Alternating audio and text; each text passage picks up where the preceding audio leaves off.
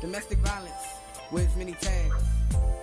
So Queen Afia, if you're listening, check it out. Domestic violence, it has to stop. The kids are crying. It's coming down like raindrops. It's a behavior we can't condone. It's breaking up our happy homes. Let's get it together. Talk about it. Let them know that 27 seconds live. Young Motive is back with the topic of the day. It's a crucial situation that we all must pay more attention to. It's bringing families down. You know me, I know the truth, and I'ma spread it around. It usually happens at home. Oh boy, I thought you was great rapping. Someone said, you know the word?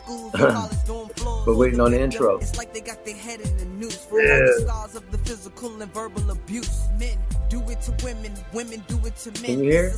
I can hear it. Wait for her to do. Let it play for a minute. She will fade it out. I can't hear it at all, man. Oh, no? I think it's time we bring the dark to the light.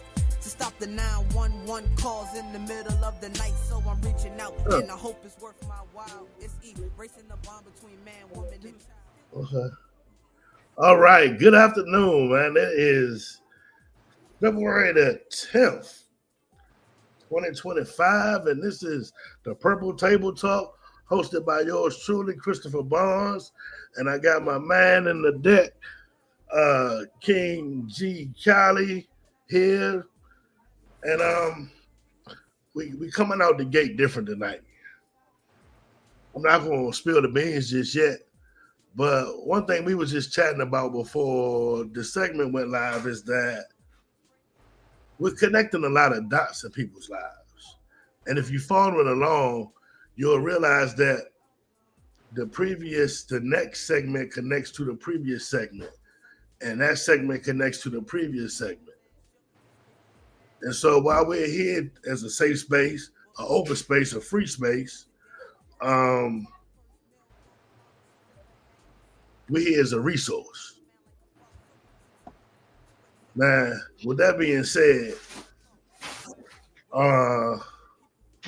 we discussed that we didn't want to make this fully about addiction. You know, although we are here as interventionists, it's not totally, you know, it can be any negative, any dark road, any rabbit hole that you happen to fall into in life. And I guess every rabbit hole doesn't necessarily cause an addiction. Some people bounce back quick. Some people are pretty resilient. For sure. Others of us fall into a rabbit hole and stay in there for 20 and 30 years. Because while we saying we don't like what's in the rabbit hole, we enjoying the benefits of what's in the rabbit hole.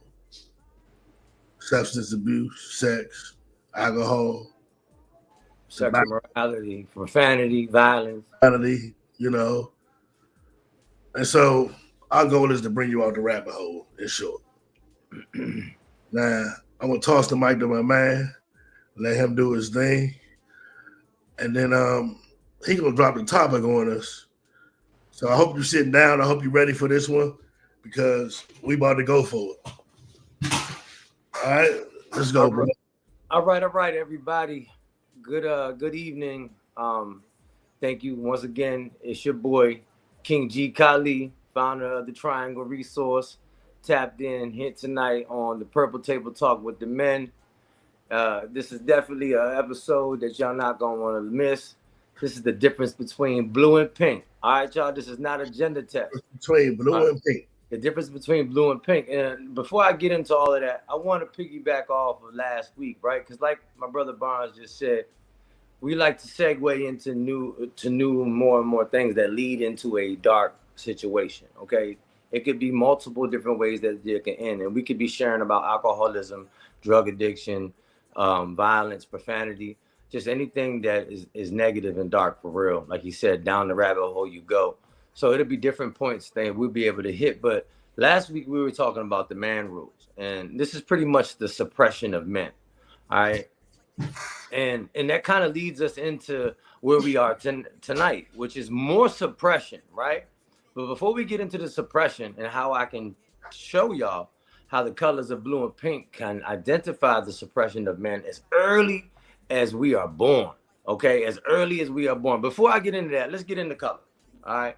So colors, y'all, we all need to understand that colors have a psychological or it has a mental thought of meaning, okay? And I'm gonna just go by 3 basic colors. First off, before I get into those 3 basic, there's 120 colors in a crayon Crayola box, okay? Out of all these different colors, there's picked of different things that could resemble or represent an emotion. And I'm gonna go by those 3 colors that I talked about a while ago, which is red, green, and yellow. All right, so we know, huh? Hey, tell them, Chris. All right, come on. When we see red, what does it mean? Stop. Right? Or red could mean blood. I mean, it could mean a lot of negative things could be, or it could be positive things. But it just, you don't know exactly what the color red, but we know that we identify the color with red means stop. Okay? Yep. Red flag. Yep. Red flags, right? Then color green, right? Green what? Means go, right? Go. Green, the good is go, is green, good, right? Money green, all right? Grass is green. You know, the earth makes oxygen, so green is a good thing.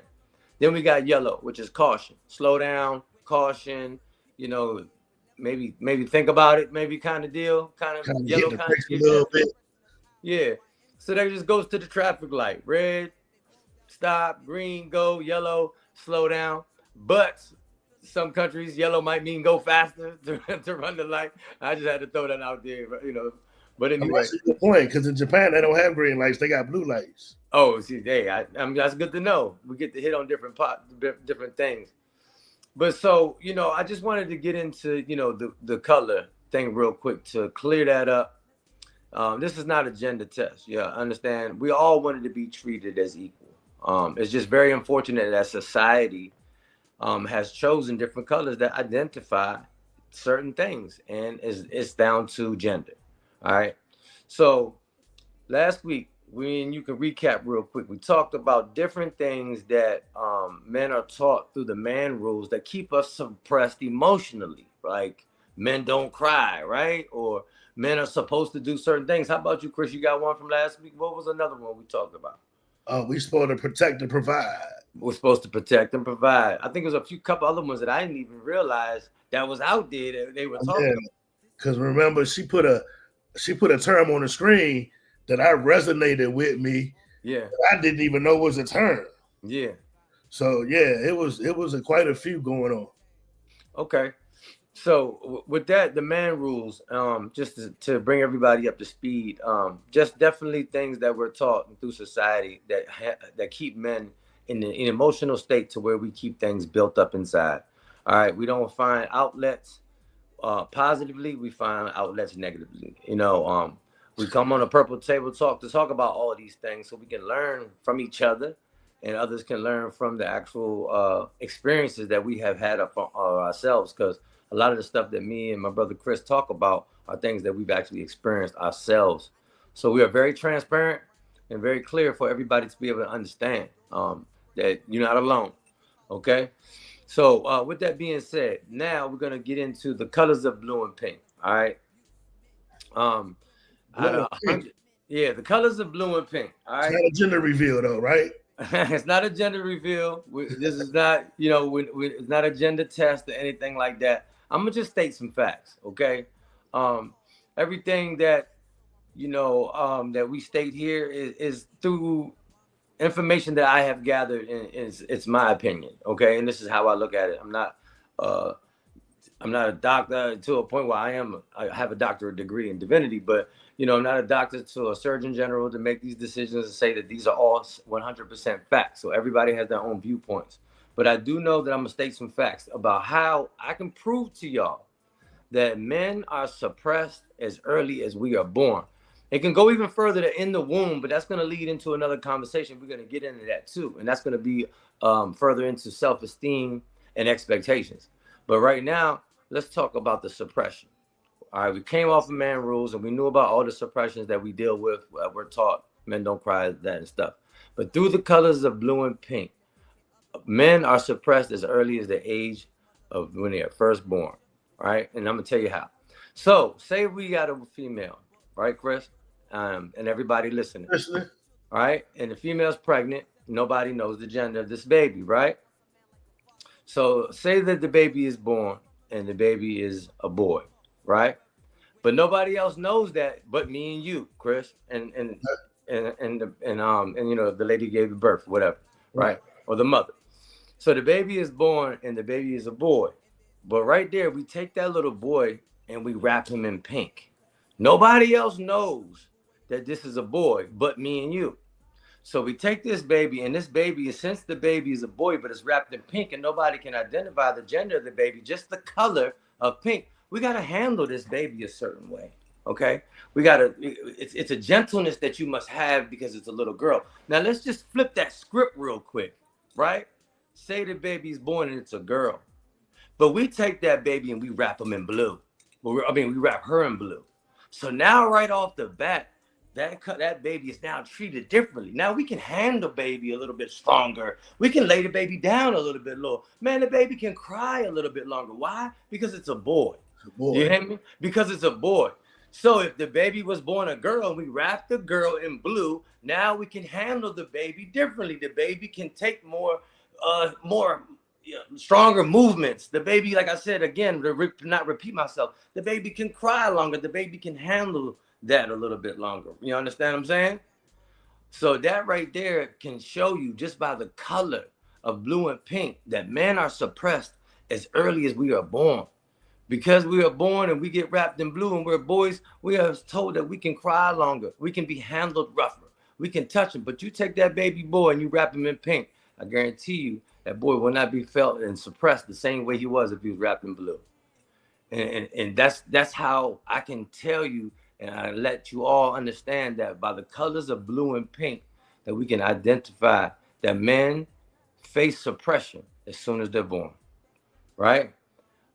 It's something that I never thought about, and I had picked up over time. It was brought to my attention, and I was like, wow, that is different. I didn't even realize and think of that, because if you do, and I know myself as a man, and Chris, I'm gonna let you take back over and tell me how you feel about that, but I know that if the baby was in pink, I would definitely handle the baby differently. You know, I'm a father of 3 sons, 4 sons, and with that being said, I know that if any of them was in pink, I probably would have treated them differently just by, I know that for myself. And I can speak for myself. What you got for me? And how you feel about what I just said? So being a father of unisex children, I don't know if that's the right way to put that, but I have sons and daughters. And I kind of concur with what you're saying, because I remember with my daughters, even my daughter that's running around the house now, I'm much gentler with my daughters than I am with my sons. I remember actually not tossing my sons into the crib, but man, go on there and get in the bed and go to sleep. Right. Gently laying my daughters down. Right. My sons wasn't never allowed to sleep with me, but my daughter can crawl up in the bed next to daddy at 2 o'clock in the morning and I don't say nothing. Right. Yeah. I mean, I get it. Yeah. Okay, so you came kind of deep because because you think about it, if you don't know the gender of the baby, and if the baby is a girl and you wrap the baby girl in blue, you're gonna be dealing with this baby differently. You know what I'm saying? And like I said, this ain't a gender test, everybody. This is just stating the facts that I don't know who else can admit to the fact of it, but yes, if you wrap the baby girl in blue, if you can't admit to that and you got daughters, I think you lying to yourself. Now, hold on. I gotta let the people listening know that this topic came about and we hadn't really discussed it. And so I'm hearing his insight on it for the first time, like you hearing it. And not knowing he was going down that direction, it really resonates though, because we do that. We do. So like, I look at my daughter sometimes, I be like, man, I wish you was a boy. Because then I can feel like I can't jab my daughter. You know what I'm saying? With your son, you can man down. I can't really do that to my daughter. My son, I might feel more comfortable giving a spanking. My daughter, spank her, yeah, it'll be a tap or something. But I get that. And so now having this knowledge and this agreement amongst us that pink softens and blue hardens, how do we? There's no way to reverse the process now because these colors been balanced on kids for years. Yeah, and you know, I'm glad you brought that up, my brother. And the only thing I can really say is out of the 120 colors in the Crayola box, right? I would say we could start moving more into a neutral. I believe that everybody, just in general, and we're not talking about gender, we're not talking about race. I'm talking about all of it: gender, color, race, religion, creed, whatever. Everybody wanted to be treated as equal. Okay, all right, and we know that red and blue already ain't going to treat you as equal because red and blues identifies a difference between genders, right? So I believe that if we start maybe teaching newer generations about how the spectrum of color can be different and identified with psychological emotions or mental emotions of what they mean, maybe we start picking more neutral colors out, like white, gray. So maybe that can be something. I got a monkey wrench for you. All right, talk to. So let's say we put everybody in gray, boys and girls. And so initially a gray baby, you're like, oh, it's a baby. Do you think once they find out the gender of the gray baby, that treatment is going to come back? Yeah, I believe so. I mean, because I believe so because I think that's just, I don't know. I mean, is this a society thing and what we're programmed to just think that, you know, we're going to treat a female differently than we're going to treat a male? It's just the way it is. I mean, is it right? Is it wrong? Who can we say? But we got to have a piece that we always got to do. And I thank you, sis. I got to give a shout out to Queen Off, domestic violence resume tags, all the work and hard work you do for bringing up these topics for us to learn from. But, you know, we get back into the equality of things, right? So we got to stamp this. And once again, I am a minister. So we got to bring a spiritual piece with this. So I got to drop this little piece in here. Before we move further on into this, like I said, we are not having a gender test here. We're not trying to separate anything different between male and females. This whole thing, just to recap, was brought about how men face suppression so we can learn that we deal with suppression very early in life. So we already understand the type of suppression or challenges that we face early. I mean, very early, as far as being born, just by the colors of blue and pink. But I have to drop this scripture in here just to let us know the stamp. See, in the book of Galatians 3:28, and this will be out of the King James Version, all right? So just so everybody knows that we are definitely stamping this as an equal thing. Not male, not female, not color, not gender, not anything. It says in the book of Galatians chapter 3:28, there is neither Jew nor Greek, there is neither bond nor free, there is neither male nor female, for ye are all one in Christ Jesus. So just to say, just to put the stamp of the spiritual aspect in this, God's own vision for us is to be equal. You know what I mean? Under the eyes of the Lord and Savior Jesus, we are all going to be equal. So I can just use that scripture as saying that maybe we can understand more now of what colors and the impact of certain colors do to each other, how the meanings of them change about how we handle and do things. It's just knowledge for us to learn and grow from, you know. And once again, I don't know exactly what you can take from this. And I'm not saying we're running around in circles here, because we got to go back to the whole ordeal that this is the Purple Table Talk with the men. And we're talking about the challenges and the things that men face that people don't really talk about, because we're supposed to be able to just take that on the chin and ride with it. But you know what? We got to be able to find a space that we want to be equal. We can remove the blue and the pink, and let's find some neutral colors and find neutral ground, because men got emotions too. Men cry too. Men do these things too. And if we continue to keep the behavior and keep on keeping up the divide, men will have harder and harder ways to express themselves, which will lead down into a dark path. That the reason why we're even on here in the first place, having these conversations with these things that we're talking about, is to keep you from going down the rabbit hole. Like my brother Chris Barnes just said. You know what I'm saying? Can I get an amen, my brother? Amen, man. That rabbit hole is a bad place. Now, yeah. I'm reading the comments going across the screen, And I don't know if she can go back and put a previous one up there. Well, I want that one, but I want the pink one first because I feel like the color pink represents compassion, nurturing, and love. And that's what we do. So it coincides with uh, being gentle, but also women are supposed to be nurturing and, to a degree, versus men are supposed to be providing. It relates unconditional love and understanding in the giving and receiving of nurturing. Mothers breastfeed, a nurturing aspect. That's kind of expected from them. But in the blue color, and think about this while I read this blue slide, bro. I'm curious. I just want to know why blue and pink? Why not red and green? Why not? It's so funny because me and sis, we were just talking about that before we got on here. Like, we was like, who decided that the color of that identifies boys or men would be blue, and the color that identifies women and girls would be pink?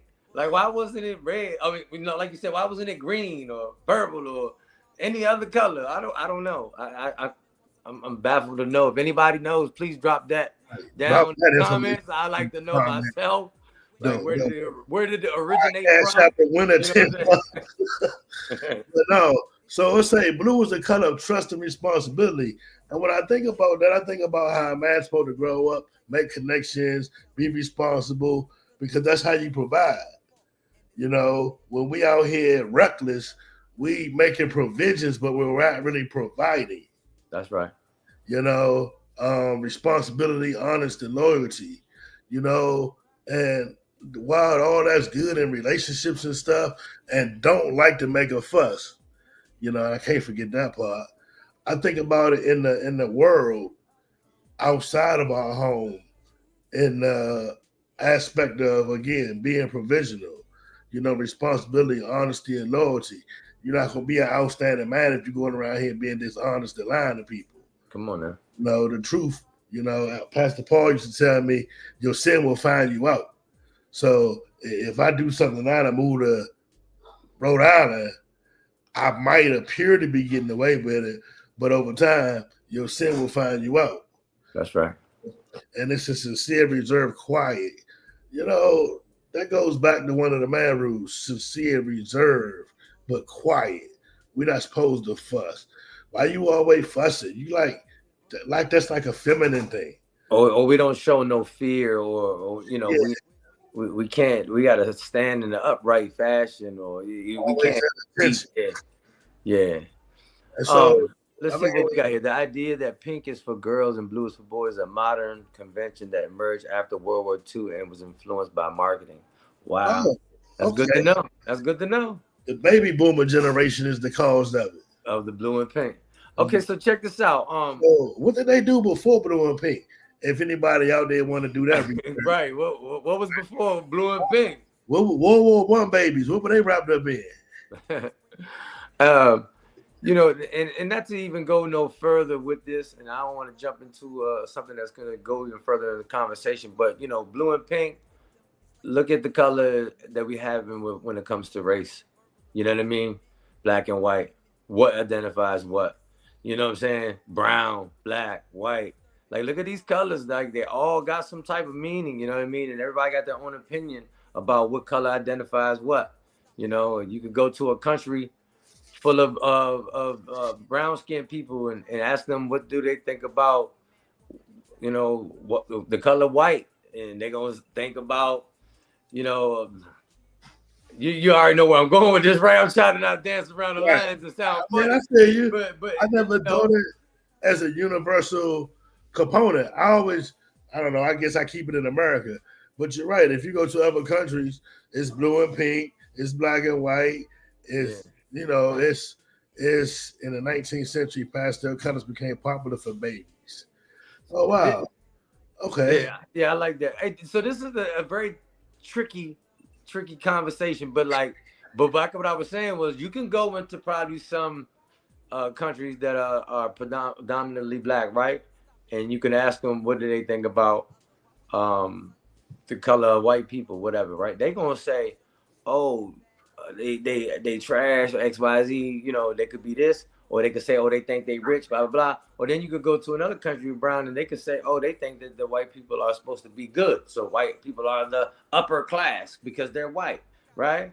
And then you could say that the brown people would be lower class and black would be identified the lower class. So I'm just throwing out how color even merges into race, you know what I mean? And how people even try to identify where you belong on the scale of first class, second class, third class, just by what color you are. You feel me? And that just kind of dropped in my head real quick. It was like, dang, look how sad that is. You know what I'm saying? You know, not only does colors of blue and pink suppress men as early as birth, but like the colors of your skin could suppress you in generations same type of way. You feel me? So, you know, I don't know where I'm going with that. That was just something I just thought about. I mean, it makes sense, you know. Yeah, you know, I don't society, know. We see, dang, he rich because he white. Exactly. Like, yeah, that, you see what I'm saying? If Bill Gates was black, do you think we'll know him? Yeah. Or if Elon Musk was black, do you think we'll know him?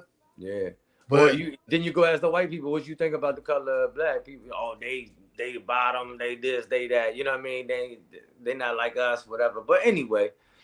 Well, see, the definition of the word black is probably phrased in a negative connotation. Mm-hmm.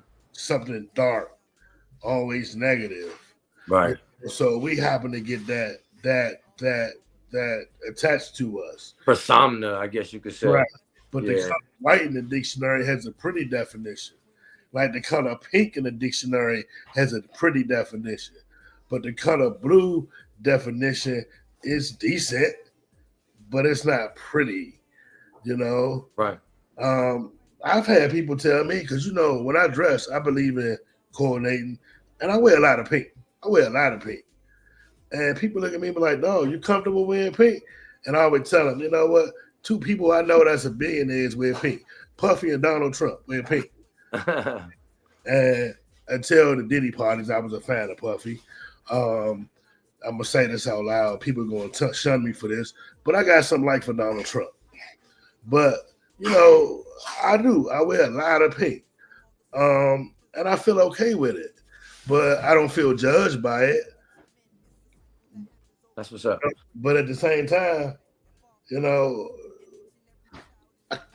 I got to come back to this. I agree that we need to neutralize things. I appreciate you saying that about you wearing the color pink, though, because that would be helping us to break barriers. You know what I'm saying? Like, I can't really go back too far in my generation to know that I see a lot of people wearing pink because we weren't. You might have your ones and twosies. You see a dude wear some pink, and it would be a bold statement.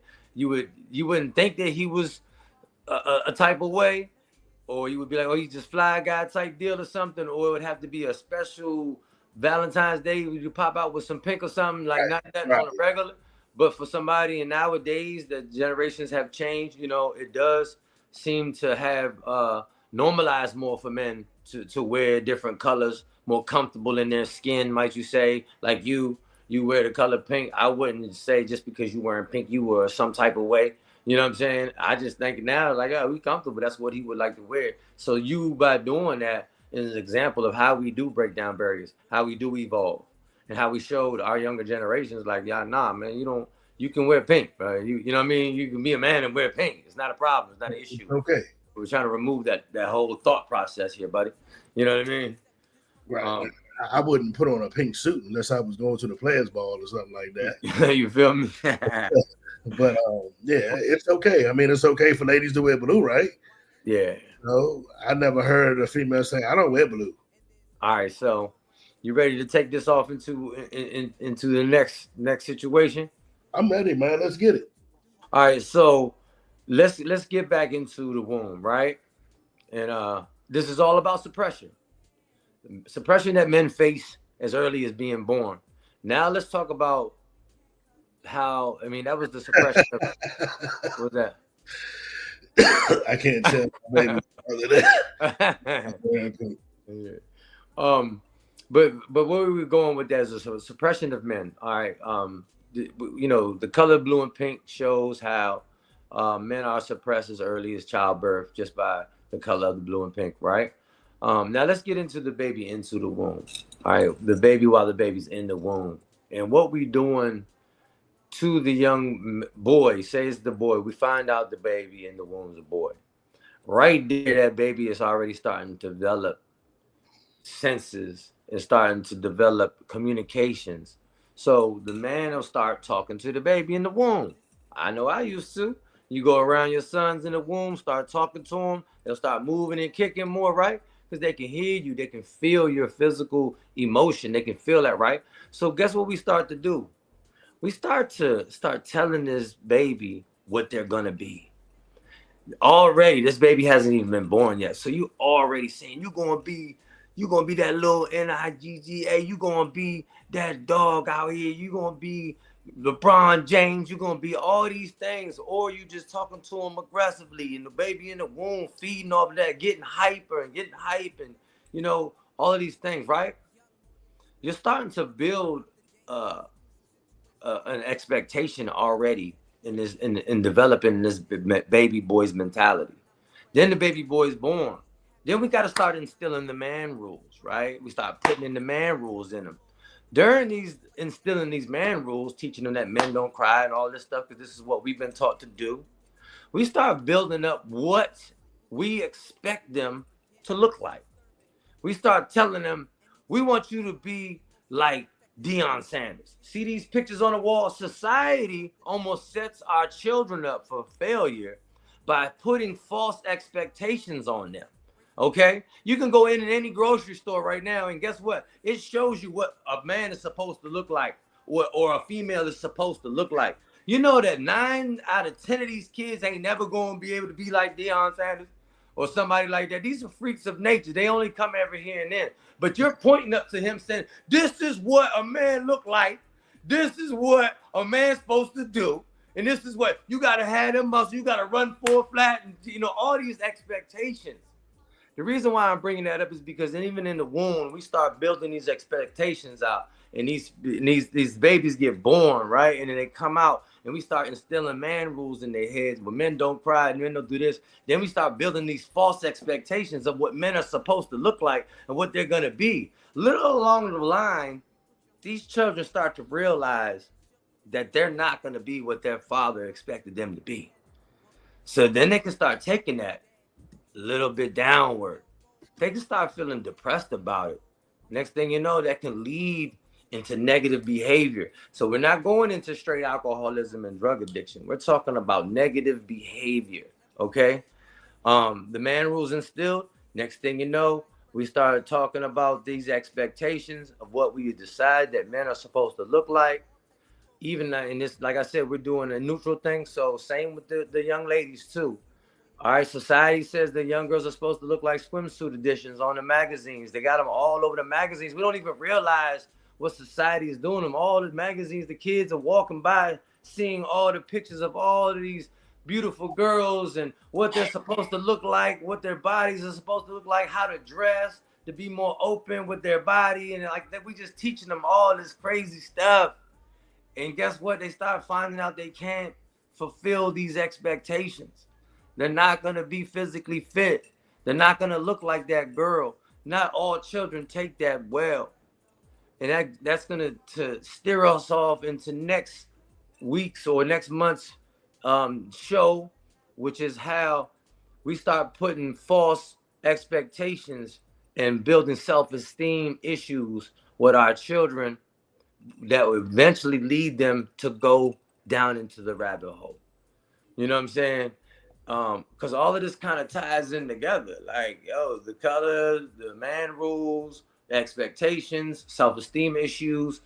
These things are what happen to children when they start to come up. And next thing you know, around 11, 12, 13 years old, they're having issues with drugs. They're trying to find outlets. They're depressed. They're not secure about who they are. They're failing dad's expectations. They're not Deion Sanders. Oh, they don't even like football. They can't even play. Oh, can't even tell my dad I don't even want to play basketball. Like, oh, man, I don't even like it. So then they start doing things they don't even want to do. Like we gotta think about all these things that we doing to our children, you know, and these conversations, these thought processes don't happen a lot, and we're sharing them today, and it all goes back to what we doing to our little young men out here, what we teaching them. You know, difference between, are we removing the difference between colors? Are we removing the difference between how men are supposed to act? Are we taking out the man rules? You know, what you got for me, Chris? I mean, I don't want to go too far into. There are a lot of barriers out here. I agree. You were talking about women looking like swimsuit models.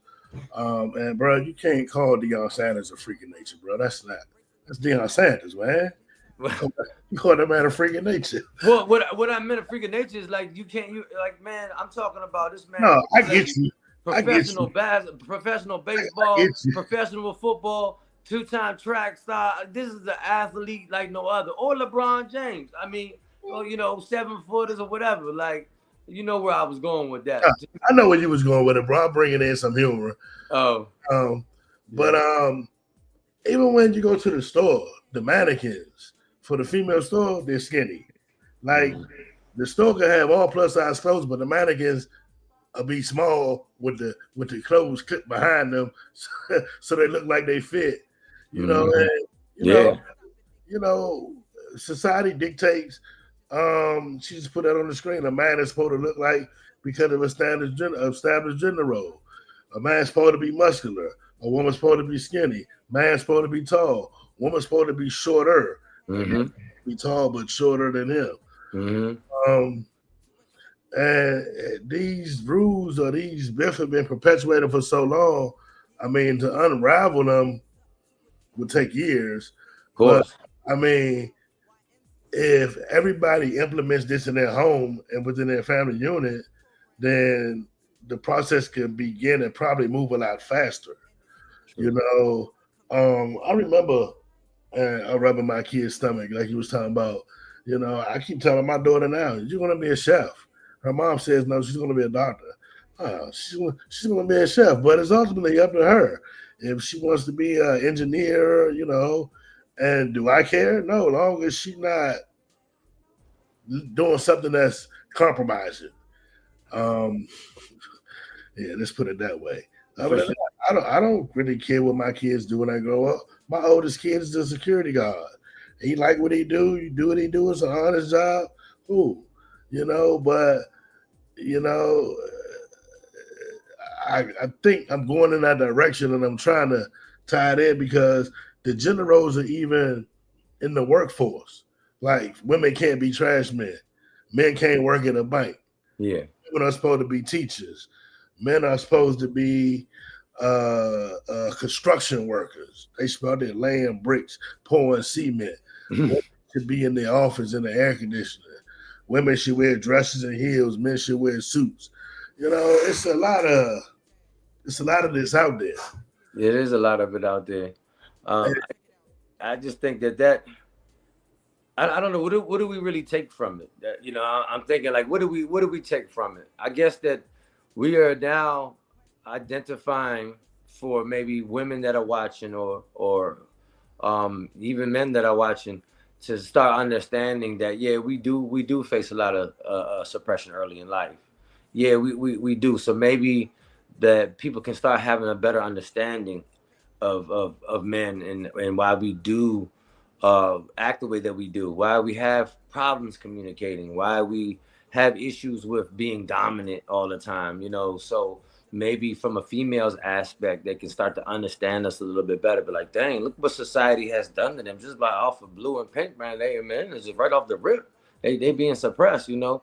I'm not saying that we're trying to get a pass for behavior, but we're not trying to get a soft spot. We're just trying to learn knowledge. So I guess I could take from that, from a man's perspective, is now that I know, you know, that we're suppressed early just because of the colors of blue and pink that society has done, then maybe I can start to neutralize that with my own children, you know, with like, hey, like, listen, we ain't gonna do, you know, blue is for boys and pink is for girls. Maybe we just do something a little differently, or it could just be used, and now I can understand why we talk and why we act the way we do, so it can be more acceptable. Maybe, you know what I'm saying? I guess that could be a take from it. Who knows?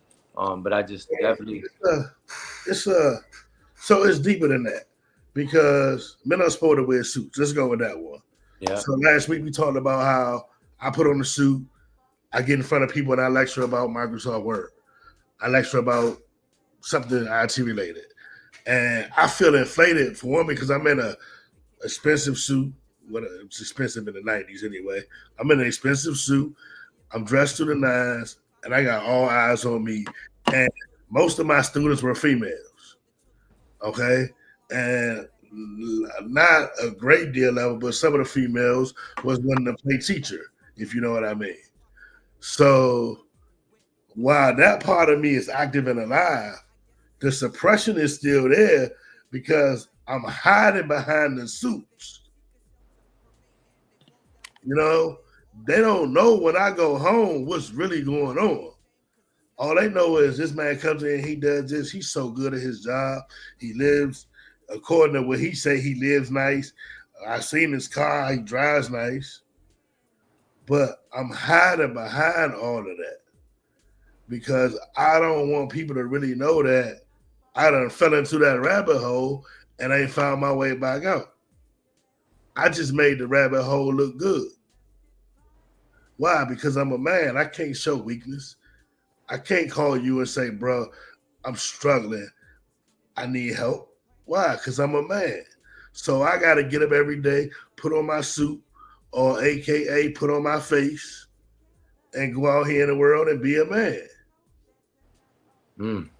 Yeah, for sure. So, you know, when we look at people, we looking at oftentimes a facade. Right. Because, again, we're taught that we got to be strong, respected. We got to be economically wise. We got to be all these things as a man. But one thing we can't be is weak or vulnerable. One thing we can't be is soft. But had we had this conversation in 1996, well, I might have been somewhere. I'd have been way off by now. Right. Because I'm here's the thing. I might not have listened to it because in 96 I wasn't wearing pink. Okay. And might not have been hearing this conversation back then. Hearing it. Like, what you mean, man can wear pink? I might have just been like, what? Man can't wear pink. I wore a lot of purple, but purple's my favorite color. And that was my throw. People like, man, you wear purple as a male, it's my favorite color, so they'd back up off me. But yeah, I wasn't wearing pinkish and certain tones I don't think I wore pastels in the 90s. Yeah. But I just seen a clip that the Queen just put up. It said prior to the 1940s, it said that girls wore blue. Prior, here it is. The color differentiation is quite new. Prior to the 1940s, boys wore pink and girls wore blue. Like I said, I'm glad we are having these conversations. I just never knew none of this even really existed. So prior to the 1940s, there was a lot of things going on. No, and there was a time where men and women could dress the same. Like men could wear dresses and get away with it. As babies, there's a picture of a president who's wearing a dress when he was a baby. I don't know if it's true, man. I don't want to misquote the president, but there was a time when little boys wore dresses. So this don't sound unfamiliar. I mean, presidents was wearing wigs and stuff. I mean, you know, they was putting wigs. Right. So like, there's a little bit. What's that country where they wear the skirts? It was Scotland. Scotland. They wear those little Braveheart. That's all I can think of. Is like those are the most wildest skirts I've ever seen. I'm like, I don't know, these dudes ain't regular. Right. But yeah, no. So I get it. Yeah, there probably was. I guess people started figuring out different ways and methods to finesse and suppress. You know what I mean? I guess they started coming. In the 19th and early 20th century, boys and girls wore dresses, mostly white, until the age 6 and 7. See what I'm saying? So yeah, like these processes have evolved. I don't know necessarily for the better. Right. I'm glad that part evolved for the better because I can't see myself as a 5-year-old in a white dress. Yeah. Maybe it evolved and changed because people wasn't feeling it. Like, I don't know. Maybe they was like, we got to put a divide to it. Maybe that's where it came from. Who knows? That's tricky. That's different. But so that kind of leads us into those self-esteem issues and those great expectations. Not to get off the colors of blue and pink, but into the womb, creating expectations, putting these expectations or like unreasonable expectations on our children, or even society, not even us as parents, even society itself. We are almost setting our children up for failure with these things, with the man rules, with the difference in colors, the difference in how we talk, and all of these different things. It's definitely setting our children up for failure, and that goes back to the great expectations or the false expectations, unrealistic expectations, and the self-esteem issues. The reason why I bring that up is because I truly believe that if these things aren't addressed properly, that children that start running into these self-esteem issues because they can't fulfill the expectation of their father or society, then they start to look for outlets, or they even, if they don't look for outlets, they either bottle them up, these emotions, and then they're going to come out in a negative way in that behavior, which will be, that dark rabbit hole. That path could be numerous things of violence, drugs, alcohol, profanity, sexual morality, just negative characteristics that can start being formed. And why I say that is because next week we're going to be bringing a guest on, and we'll be promoting that and talking about that soon. But it sends us into a part of which the Purple Table Talk is a topic of many different topics, but we will have certain, I guess, like little continuing series, might I say. And it segues into from man rules into the colors of blue and pink, and now into self-esteem.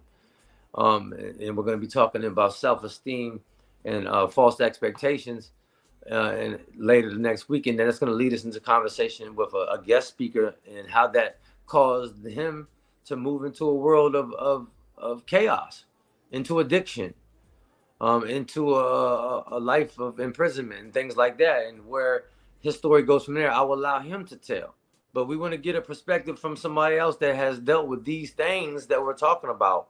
And he can tell us from his own point of view and his firsthand experience and his life story and testimony of how and where he is and where these things have affected him. And then we'll be able to come back in with a twist after that and show how we can just heal each other in so many different ways. So I hopefully that a lot of this information that we're talking about and sharing has educated us enough to take a look at things differently. Because I know I have, just talking with you and seeing the different statistics and the new information that's been brought up just by the colors of blue and pink. I look at things differently right there. What you think, Chris? I mean, I look at things differently too. But I do believe color barriers need to be broken. But I believe more importantly, people need to be comfortable in their self. And if your self-esteem is in check, and it can be hard as a man. Like this like I went through a 4-month jobless bout, and sometimes like my wife would say crazy things to me, and I'd be like, "Wow, some guys would have fell victim." Me, I was just like, "Okay, that's how you feel," Right. So we got to make sure that we are strong in ourselves, we're comfortable in ourselves, we're confident in ourselves. And we got to believe in ourselves. Like, if you don't believe in yourself, the lady, the team leader in my job last night, we were talking to the night. I said, I think we did a good job. She said, really? Who told you that? I said, I don't need you to pat me on my back. I can pat my own self on the back. If I sit around and wait people to acknowledge my accomplishments, I might never be, if I rely on that, then I might never get anywhere. We got to recognize ourselves for who we are. Definitely. Be able to demonstrate that, but at the same time, we got to remember that recognizing ourselves for who we are sometimes might move us into a direction where, you got to take a detour. I mean, I wasn't trying to really go down to the city service place and apply for some food stamps for my family, but my family had to eat. Yeah. Did I feel like less of a man to do it? No. I felt like this was gotta happen. Yeah. You know. Now, was I in a hurry to make that move? No, because I kept saying something's gonna happen, something's gonna happen. But after a while, if something not happening, then that's when you gotta step up.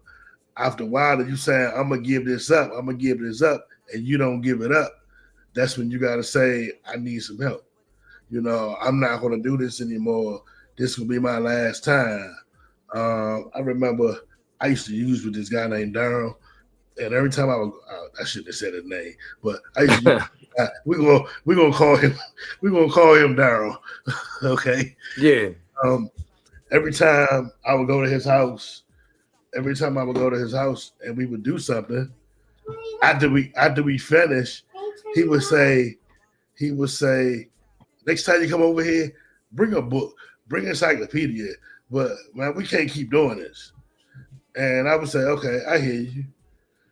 And the next day, I would come back and we would use again.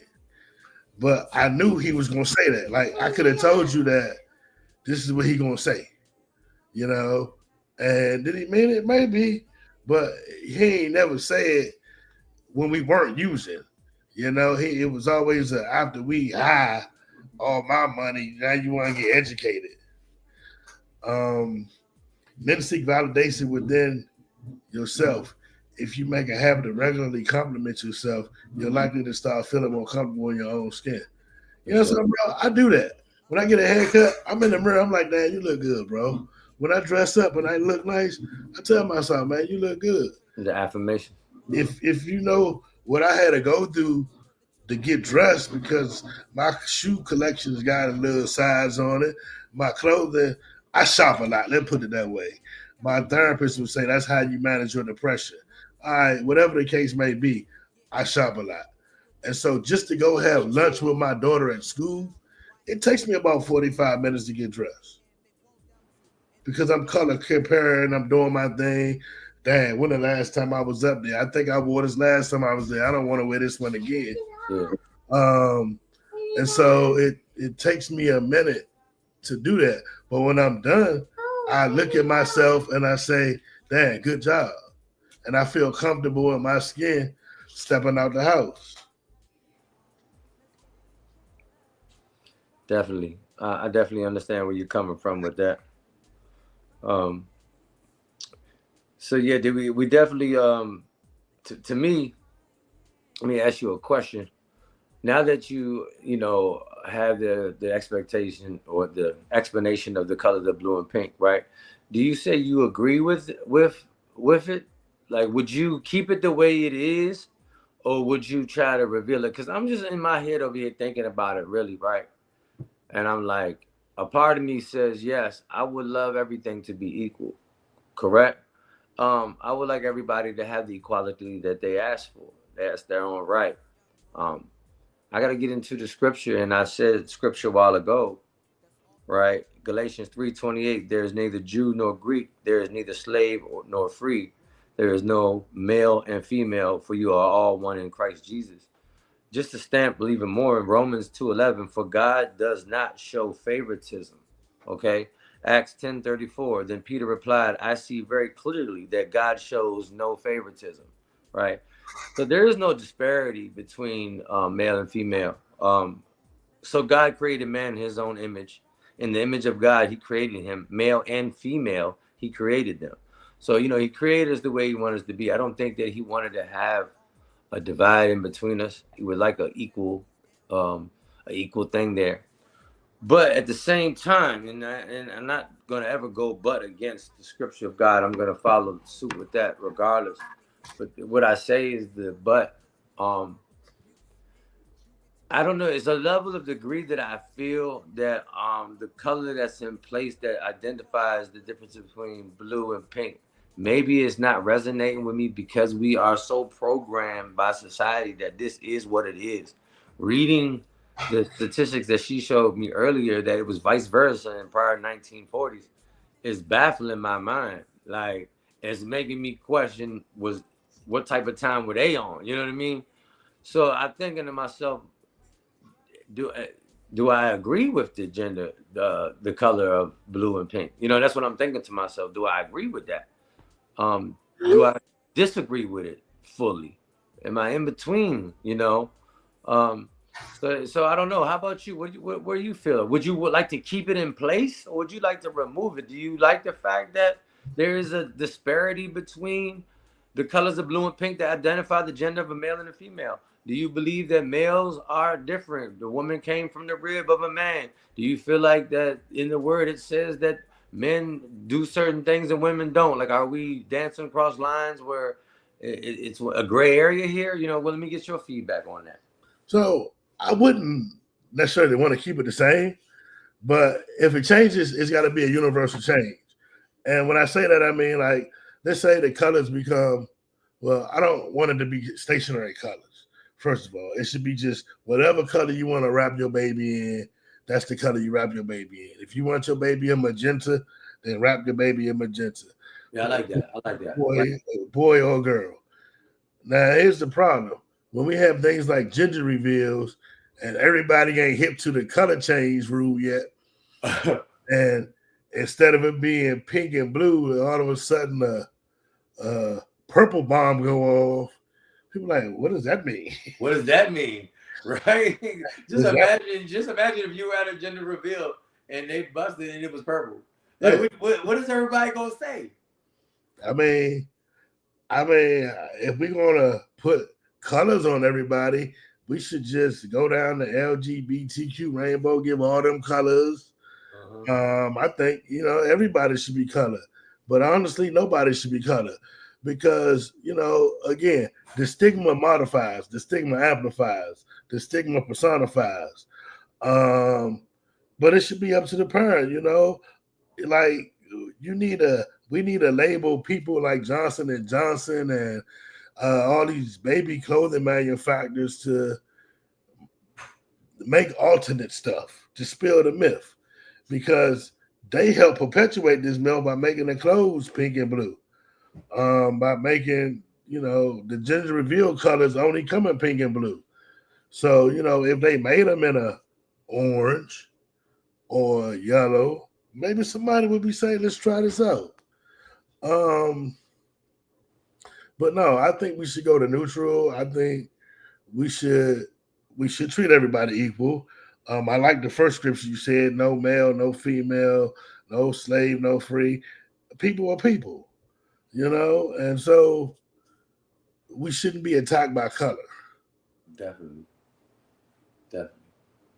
I definitely do know that it was a man-made thing for sure, because I believe God created us. If we can go back to Genesis or Adam and Eve, when they were in the garden, they didn't see each other. They were in spirit until they ate the fruit, and the flesh came is when they seen that they were naked.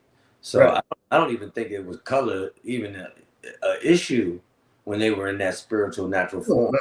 You know what I'm saying? So God didn't create us for color, you know, to separate each other by colors.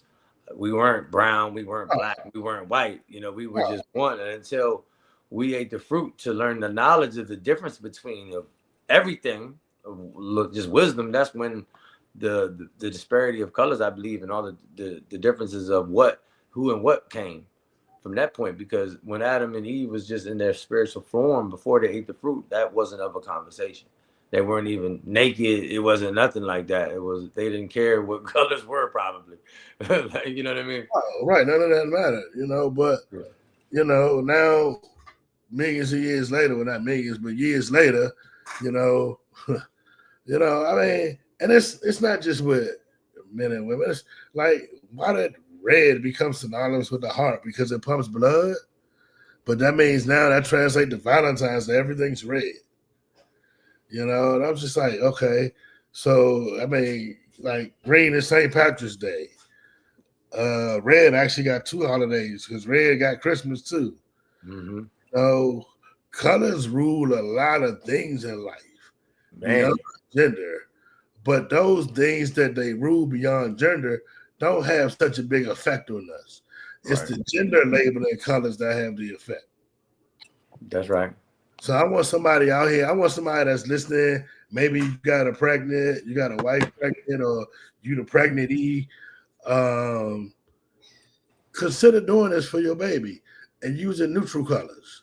Don't wrap your baby up. If you could find a non-blue or non-pink baby carrying blanket, get the non-color, and I don't want to say conduct a study of your baby, but just hand your baby to people and watch how they treat your baby when they don't know what color, what gender your baby is.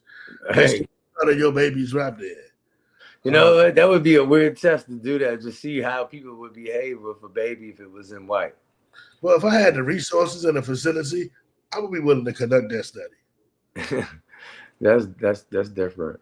That's real different. I really would be. Just, you give a certain amount of people blue babies, a certain amount of people pink babies, and a certain amount of people gray babies, and just document the results. I'm pulling for the gray babies. I wonder if removing the colors of blue and pink would be a good thing or a bad thing. I mean, in Japan, it'd be a bad thing because they wouldn't have had no blue light on their stop sign on the traffic. But I mean, I don't know. I think it would take so long to take effect that it would be a next generation problem.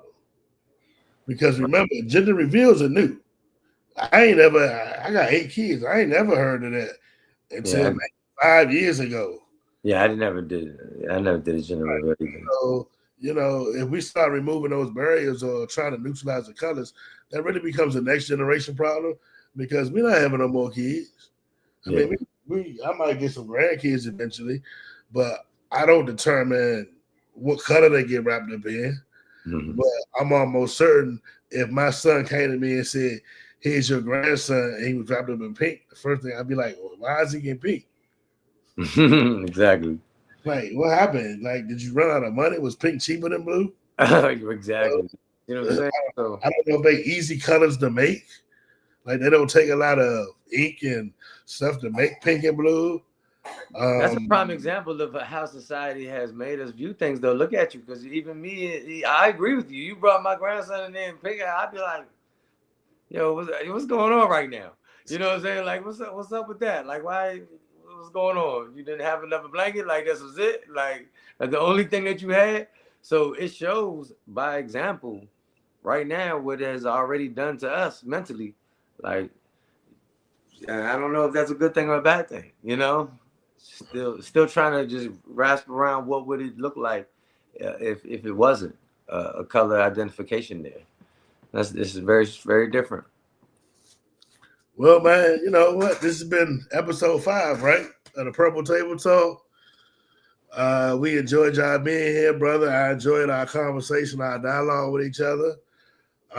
Shout out to Queen of Fee, 16 years, domestic violence with as many tags organization. Always appreciate you. Always love. We'll be back next month for episode 6. Yep. Hey, also everyone, I hope you all enjoyed the show tonight of the difference between the colors of blue and pink. This is not a gender test. We're stating the facts. We're just trying to show different ways that we can learn more with different ways that we express, talk, different things that we face, maybe get a better understanding of each other. This is your unorthodox style street minister, King G. Kali, God's #1 hype man, because I'm always turned up for the good Lord. Hey, I hope you tune in next month for episode 6. We're going to be moving forward into self-awareness, false expectations. I guess how you feel about yourself, I guess you could say. How you feel about yourself? Yeah, how you feel about yourself as a whole.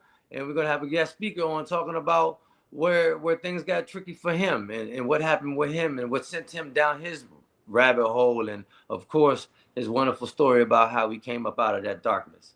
And I'll leave that up to him, and we'll be promoting that. So keep your ear to the streets for the next couple of weeks because we're going to be bringing in something nice for y'all in episode 6. Purple Table Talk with the men, Chris Bonds, We out. Ali. We out. Thank y'all. Yes. Queen IP, domestic violence with many tags. Let's get it, y'all. somebody what? Overlooked. Domestic Domestic violence. Domestic violence wears many tags. So Queen Afia, if you're listening, check it out. Domestic violence. It has to Purple Table to the talk with the men. Stay tuned, brothers and sisters. Please start, share, like, comment, support. Reach out to us. Hit us up on our DMs if you need to get all more information about it. We got more and more stuff to come. This is a free-flowing, safe space for us to be able to come out and share different topics that can help us learn, help men understand each other, even help the females understand us differently. This ain't strictly for just men alone, for everybody to learn about a lot of different things that men face, the challenges that men face, the suppressions that men face, the things that keep us in the spaces that we are in, and we want to break those barriers, trying to get men to open up more. Girl, you're breaking. Yeah. God bless everybody out there.